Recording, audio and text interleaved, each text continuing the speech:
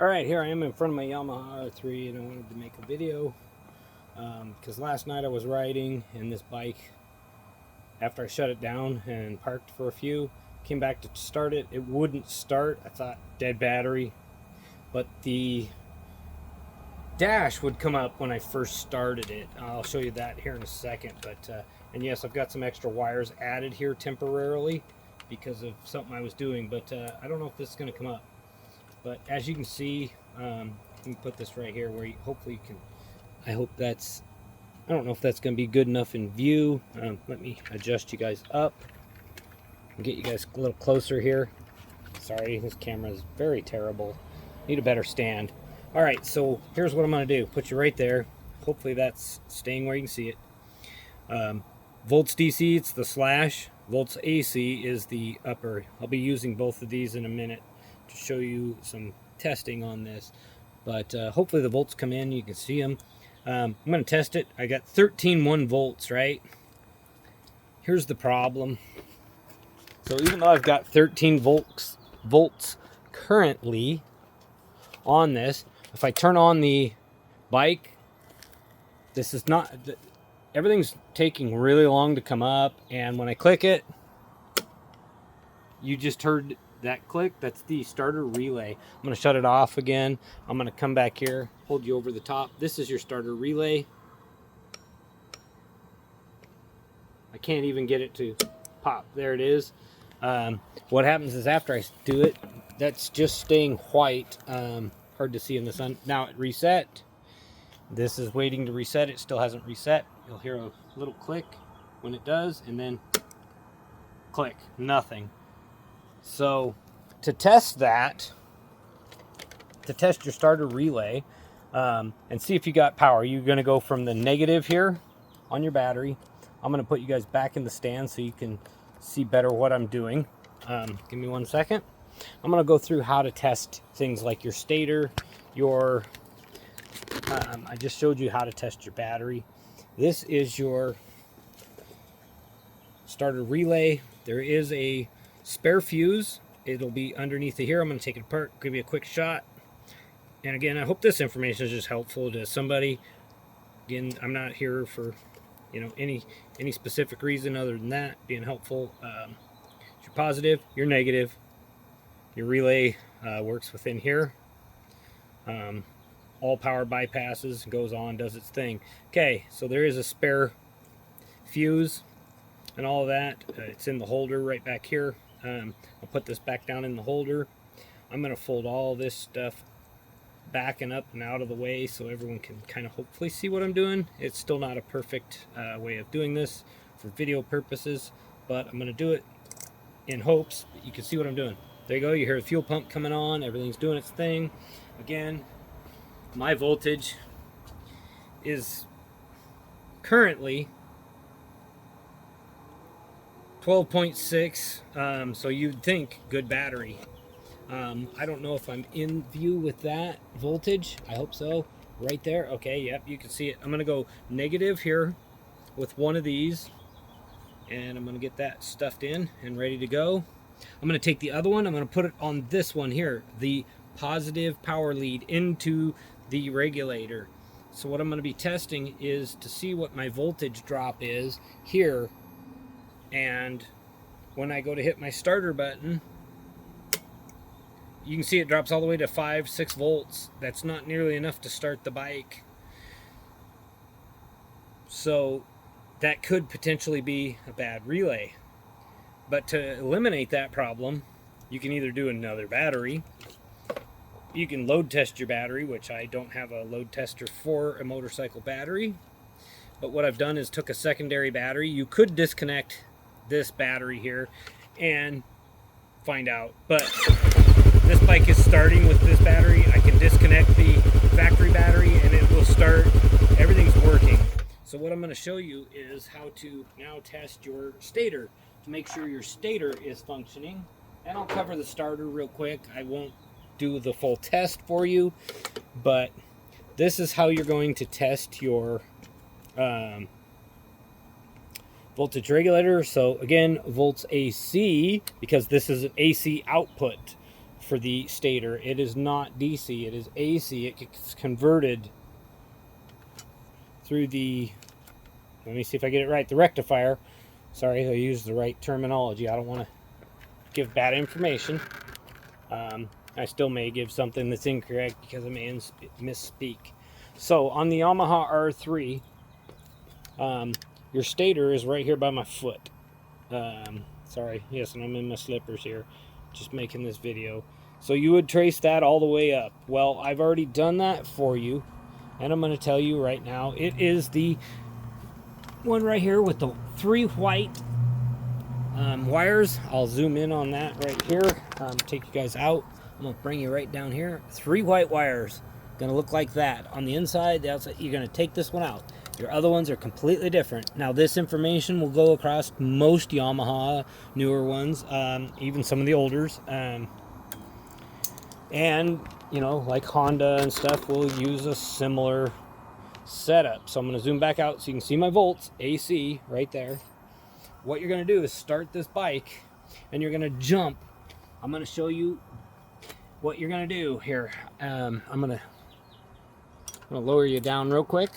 I know I should have all this done. I should have somebody helping me do it. Blah, blah, blah. It'd be a lot better. I'm going to show you what you're going to test here.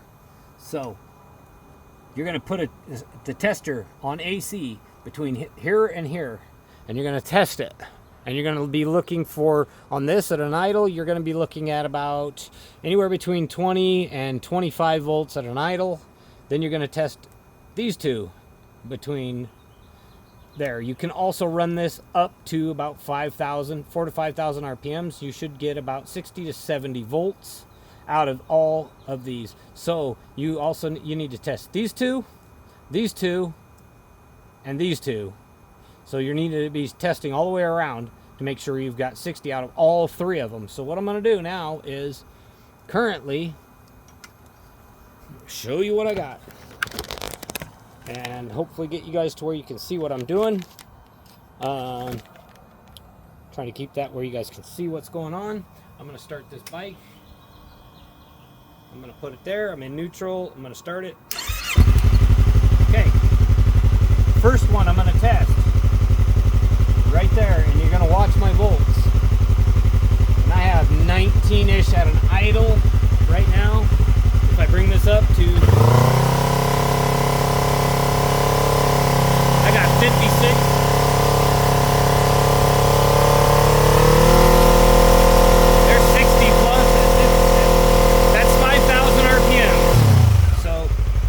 RPMs, I'm good. I'm going to put this over here. I'm going to run the same test.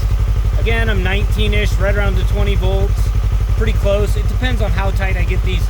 Like if I can get these nice and tight put in here, I can get better voltage readings, a little bit higher. So there you can see I'm hitting 20, I'm peaking. Again, I'll go to 5,000. You'll see that I'll hit 60 volts.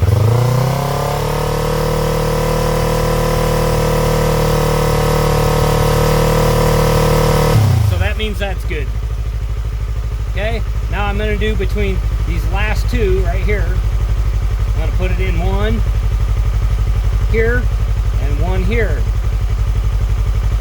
And again, I hope I'm staying in frame. I really can't see what I'm doing on the video, but now it's in there. And again, I'm at 19 volts there at an idle, and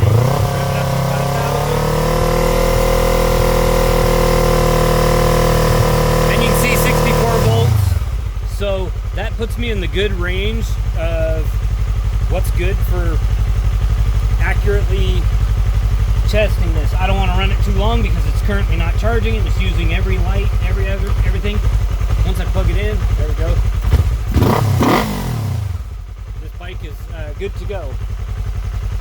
So what I'm going to do now is move you guys around to the other side here. Sorry for messing you up.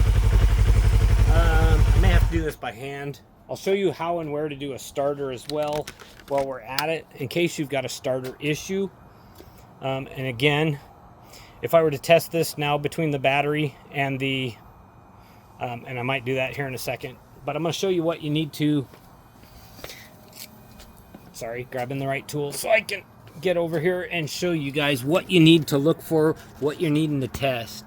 On your starter, it's right there. So what I'm looking behind is this. You usually need to take this whole cover off to do this. Makes your life a whole lot easier. Potentially you could do it with it on there if you got small enough hands. My hands aren't that small. So right here, you're gonna look for your clutch lever, right between it. You're gonna look straight in there. And I'm gonna zoom in all the way to that piece. Do you see that rubber cap right there? Let's turn that on. Now you can see it, that rubber cap. Oop, I'm losing you.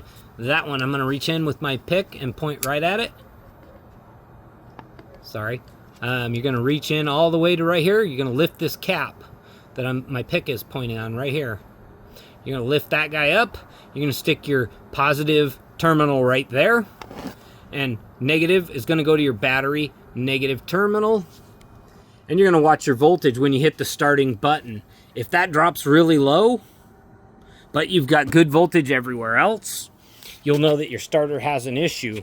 And so to give you guys a better idea of this, I'm gonna try and do the voltage test. I'm gonna turn it back to DC because I wanna show you guys what kind of voltage drop is considered okay. I don't know if that'll stay where you guys can read it. I don't know. I'm going to turn you right there like that. I'm on volts DC. And I'm going to put one of these on the negative here, so I can hopefully get a good reading. And then I'm going to put the other one right here. And I currently have 12.5 volts. And when I turn this on, I'm going to lose a little bit for starting purposes. There you go, you can see it. And now when I start, you see how it dropped? I'm not sure the exact drop there, but I'm gonna kill it, start it again. When you hit that starter, it's dropping to 9. This battery's pretty low that I'm using to help this, because I've done it a bunch of times. I have not charged it. But if you drop below like 10 volts area, that was a high 9. This bike's not going to have enough to start. So the problem is this is a really small battery. It doesn't have enough amperage for many of these tests. And I shot one video and had it not be quite right. So when I shot that other video, it wasn't quite right. I had to reshoot it to get y'all guys all the correct information. But again, this information will transfer over most of the newer Yamaha, R7, R9, whatever. And hopefully this information will help somebody out there to diagnose your problem and not have to spend hundreds and hundreds of dollars to have somebody else diagnose it, and then hundreds more to repair it. Again, this takes only a couple of minutes to do. Luckily I had this battery for a different project that's here, and it helped me to diagnose my issue. I will recharge this and get it back up to full power. But I will be replacing that battery right there, because these are my screws from taking apart the bike. But because this battery is no good now, I will be replacing it. So I hope that information helps somebody out and saves you a bunch of money.